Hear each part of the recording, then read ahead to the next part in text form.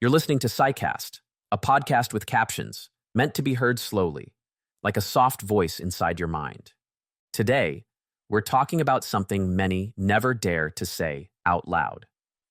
The pain of having been a gifted child, who now feels like a failure. There's a quiet kind of grief that haunts people who were called gifted as children. Not dramatic, not loud, but present, like a dull ache behind the ribs. It lives in questions like, what happened to me? Why do I feel like I peaked at 12? Why can't I turn my potential into something real? It's hard to talk about this, because from the outside, it might look like everything's fine. You're smart, after all. People still think you're capable. Maybe you even do well at work. But inside, something's missing. You don't feel impressive. You feel invisible. Like you were supposed to be someone, and somehow you aren't. And the worst part? You don't even feel like you're allowed to be sad about it. Because how can you grieve a future that never happened? How do you explain that the thing you're mourning is a version of you that only existed in someone's expectations? Let me tell you something I once heard and never forgot. A therapist said, children who were praised for being smart often grow up terrified of being seen as average. That fear doesn't show up as panic. It shows up as procrastination, perfectionism, endless planning with no execution. You stay stuck, not because you're lazy, but because you're afraid that if you try and it's not amazing, you'll prove that maybe you were never that special to begin with. Let that sink in. You were once told you were exceptional, and now you carry the quiet burden of needing to live up to it. But what if the story was never about being exceptional at all? What if the real work is unlearning the idea that your worth was ever tied to how impressive you seemed?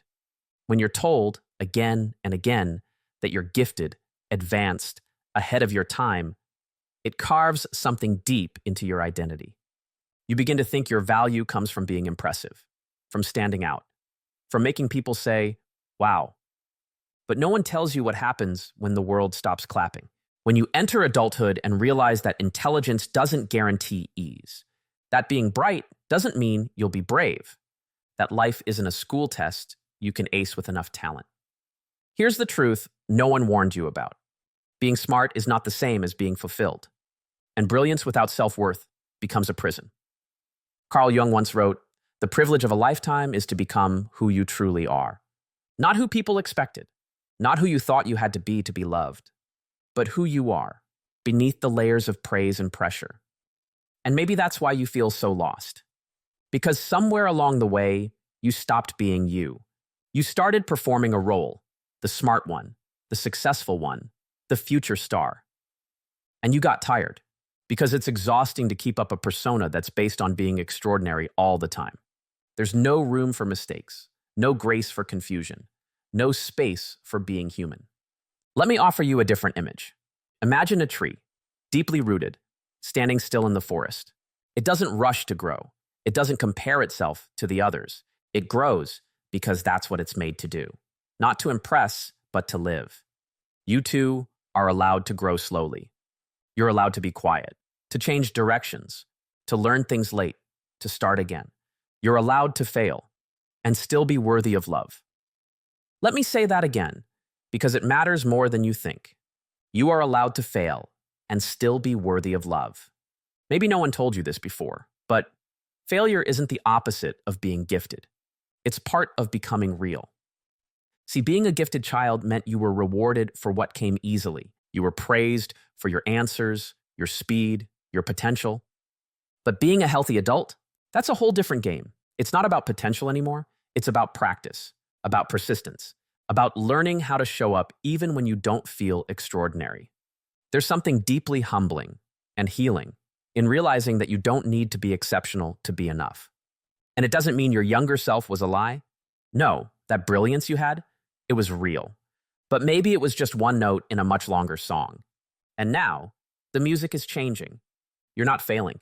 You're just growing in a world that doesn't give gold stars for healing, for trying again, for learning how to rest instead of quit. Do you remember how often you used to daydream? How you could imagine entire worlds, stories, futures? That gift didn't disappear. It just got buried under layers of self-doubt, perfectionism, and shame. But it's still there. The imagination, the sensitivity, the spark. You don't need to go back to who you were. You need to become someone who can hold that younger version of you with compassion. The child who was called gifted didn't fail. They just grew up in a world that didn't know how to teach them what really mattered. Things like how to feel your feelings, how to sit with uncertainty, how to be kind to yourself when nothing's working. No one taught you that. So now you're learning it on your own. Slowly, honestly, imperfectly. And that's not failure. That's courage. Let's talk about that courage for a moment, because it doesn't look like the movies. It's not bold or loud or triumphant. Most of the time, courage looks like this. Opening your laptop even though you're scared you'll mess it up. Saying, I don't know, without shame. Letting a project be good enough instead of perfect. Choosing to rest, even when your mind screams you haven't earned it. Courage is saying, I'm still here. Even when you feel like you've let everyone, including yourself, down. I know it hurts to carry the gap between who you thought you'd be and who you are now. But maybe that gap isn't a sign of failure. Maybe it's where your real life begins. James Clear, in Atomic Habits, said, every action you take is a vote for the kind of person you wish to become.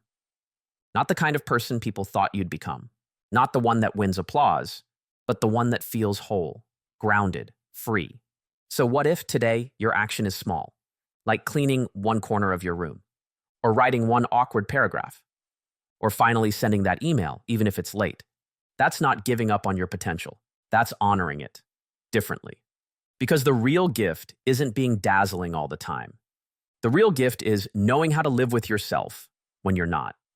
It's learning how to show up for your messy, real, tender self. The one who still dreams, still tries, still hopes, even after all this time. And here's something else I need you to hear. Your worth isn't in what you produce. It's in your being, your breath, your presence, not your resume, not your brilliance. Just you. Still here, still growing, still allowed to change. So next time that voice inside says, you should have done more by now, try answering back with something softer. Something like, maybe, but I'm doing what I can. And that's enough for today. Because it is. And if today feels heavy, if you're haunted by that voice saying you were supposed to be someone by now, remember this. You already are someone. Someone who's survived things nobody clapped for. Someone who's carried quiet battles with grace. Someone who's still trying, despite the doubt, the fear, the long silence between attempts. That matters.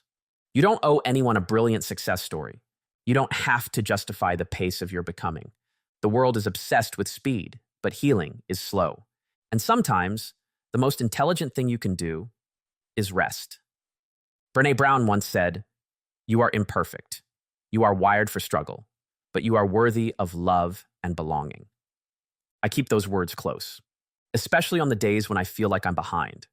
When I look at others and think I've missed my turn. When I confuse delay with defeat. Maybe you've done that too. But let me remind you of something soft and sacred. You're not late. You're not lost. You're just becoming. At your own pace, in your own rhythm. No one gets to define that timeline but you. And if you still carry the weight of being the smart kid who now feels like a disappointment, I want you to try something different. Instead of measuring yourself by what you've done, start noticing how you've grown. Notice how you keep showing up for life, even when it scares you. Notice the way you're learning to speak kindly to yourself. Notice the courage it takes to be honest about how you feel. That's growth. That's intelligence too. And maybe, just maybe, the story isn't over. Maybe it's just beginning in a quieter, more honest chapter. So if no one's told you today, I will. I'm proud of you. Not because you're exceptional, but because you're human and trying and here. And that is enough. This was Psycast, a podcast with captions, spoken slowly for the soul. If something in this stayed with you, let it echo for a while. And when you're ready, keep going, quietly, bravely, in your own way.